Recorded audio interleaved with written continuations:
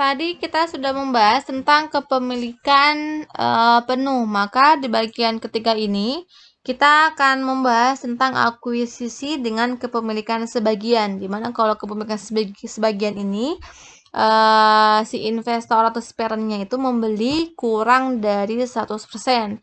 Sehingga kalau kurang dari 100% nantinya akan muncul sisanya, baik itu 30%, 20%, atau 10%, yang biasa kita sebut dengan non-pengendali atau NCI.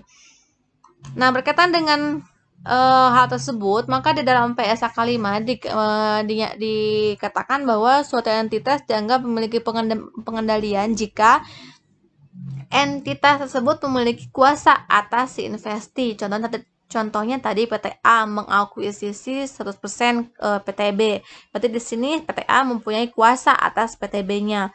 Lalu selain itu di bagian keduanya itu ada imbal hasil akibat keterlibatan si investornya di investi, karena di sini PTA menyerahkan membeli saham, berarti ada yang masuk dong ke investi itu kasnya, sehingga si investi berhak memberikan imbalan kepada si investornya atau parentnya berupa dividen, itu kan imbal hasil dari subsidiari ke parentnya, karena posisinya parent sebagai investor. Lalu yang ketiga, kemampuan untuk menggunakan kekuasaannya dalam mempengaruhi keputusan. Nah, si parent di sini, si PTA yang sifatnya sebagai investor, boleh dong mengikuti RUPS, sehingga apapun yang terjadi di RUPS, mereka membahas apa, keputusan yang diambilnya akan berupa apa, itu otomatis ada keterlibatan semua investor, termasuk si PTA yang merupakan bagian dari si investor PTB.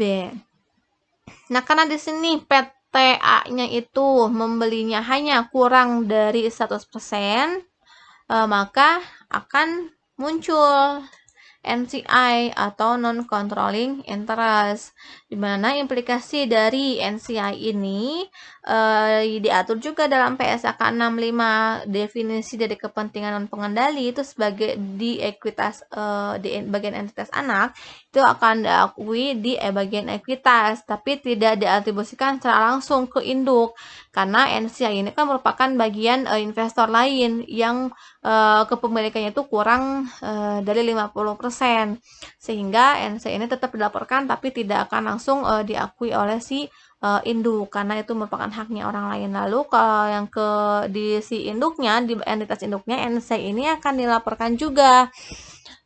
Namun, si NCI akan dilaporkan di laporan posisi keuangan serta terpisah dari ekuitas pemilik entitas induk, karena ini bukan merupakan bagian dari bukan merupakan haknya si induk, kan, tapi hanya sebatas pelaporan bahwa si anak itu mempunyai NCI, sehingga harus dilaporkan juga di si induknya. Untuk contoh kasus akuisisi dengan kepemilikan sebagian, ada beberapa langkah nih dalam membuat laporan keuangan konsolidasiannya. Kalau yang tadi, kalau secara penuh kan ada 6 ya, kalau yang sekarang ada 7, di mana di sini ada pengalokasian laba dan dividen sebagai tambahannya. Kenapa perlu dialokasikan? Karena laba dan dividen yang dihasilkan oleh subsidiari itu kan tidak secara penuh diakui oleh si parent. Namun si subsidiari harus membagi berapa persen untuk parent dan berapa persen untuk si NCI-nya. Untuk contohnya, di sini ada konsolidasi sesaat setelah akuisisi. Masih menggunakan soal yang sama, tanggal 1 Januari 2015. Ada pembelian PT Astra oleh Nirwana seharga 900 juta. Namun PT Nirwana hanya membelinya 75%. Maka di sini disebut sebagai akuisisi sebagian, kepemilikan sebagian.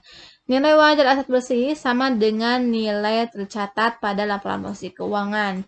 Maka langkah yang pertama, kita akan menghitung selisih dari nilai akuisisinya berapa dikurangi dengan nilai tercatat aset bersihnya.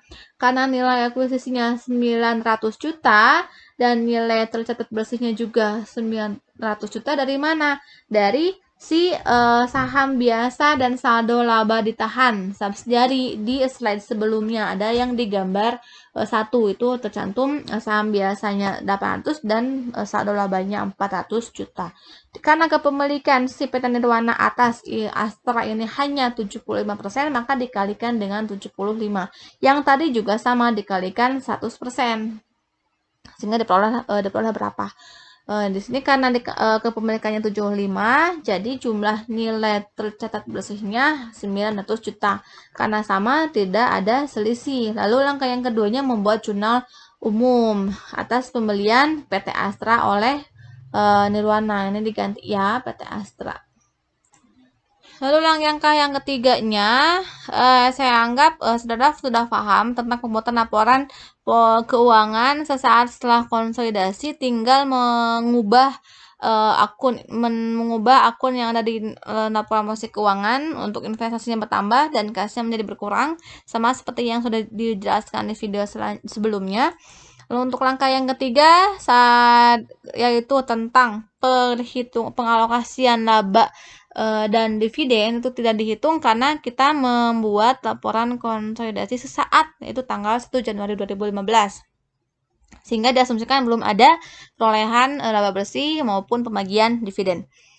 Maka langsung masuk ke langkah yang kelima, yaitu tentang pembuatan jurnal eliminasi. Di sini karena baru ada investasi di awal saja, maka kita akan mengeliminasi si investasi tersebut senilai 900 juta dengan akun ekuitasnya. Karena akun ekuitasnya terdiri dari saham biasanya 800 juta, saldo labanya 400 juta, sedangkan investasinya 900 juta, maka akan ada selisih nih 300 juta. Kenapa timbul selisih 300 juta? Karena di sini PT Nirwana atau parent membelinya sebagian, tidak full, yaitu hanya 75%. Maka akan timbullah akun kepentingan non pengendali atau NCI. Nah, setelah itu masuk ke langkah yang keenam tentang pembuatan laporan tentang pembuatan kertas kerja konsolidasi. Tinggal memindahkan akun-akun apa saja yang dibuat di jurnal eliminasi, diposting ke kolom eliminasi seperti itu. Sama seperti yang tadi ya. Lalu di sini konsolidasi pada tahun pertama setelah akuisisi. Nah, kalau yang ini mah membuat kertas kerja konsolidasinya itu sesaat, berarti masih awal Januari 2015, belum ada penambahan apa-apa. Kalau yang ini itu sudah berlangsung selama setahun, yaitu tahun 2015. Maka berarti di sini pelaporannya sampai tanggal 31 Desember 2015. Sehingga ada perubahan-perubahan dan penambahan akun berupa ada pendapatan, ada beban, ada penambahan hutang, dan seterusnya. Maka di sini ada neraca saldo yang dibuat oleh si induk dan si anaknya, di mana si induk nantinya harus membuat laporan keuangan gabungan yang meliputi tentang apa yang ada di perusahaan anak maupun di perusahaan induknya.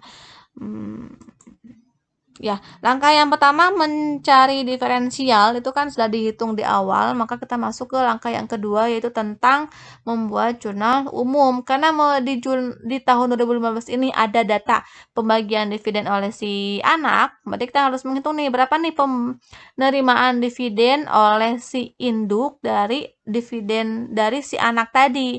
Karena dividen yang dibagikan oleh anak itu 50 juta, maka si induk, si parent hanya kebagian 75% sesuai dengan persentase kepemilikannya.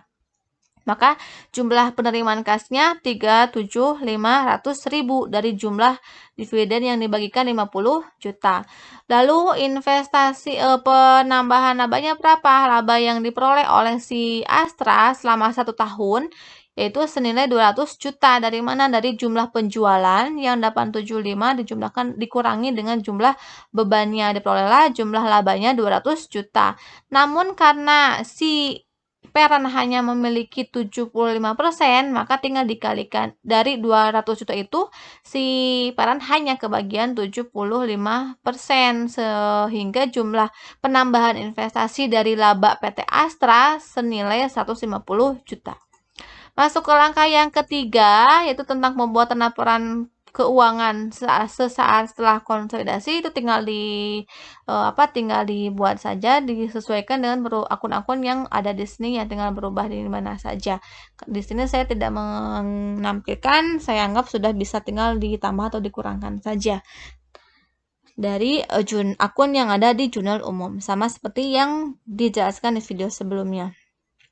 Nah, ini masuk ke langkah yang keempat. Kenapa kita masuk ke langkah yang keempat? Karena di sini di tahun 2015 sudah berlangsung selama setahun dan adanya pengakuan perolehan laba dan pembagian dividen.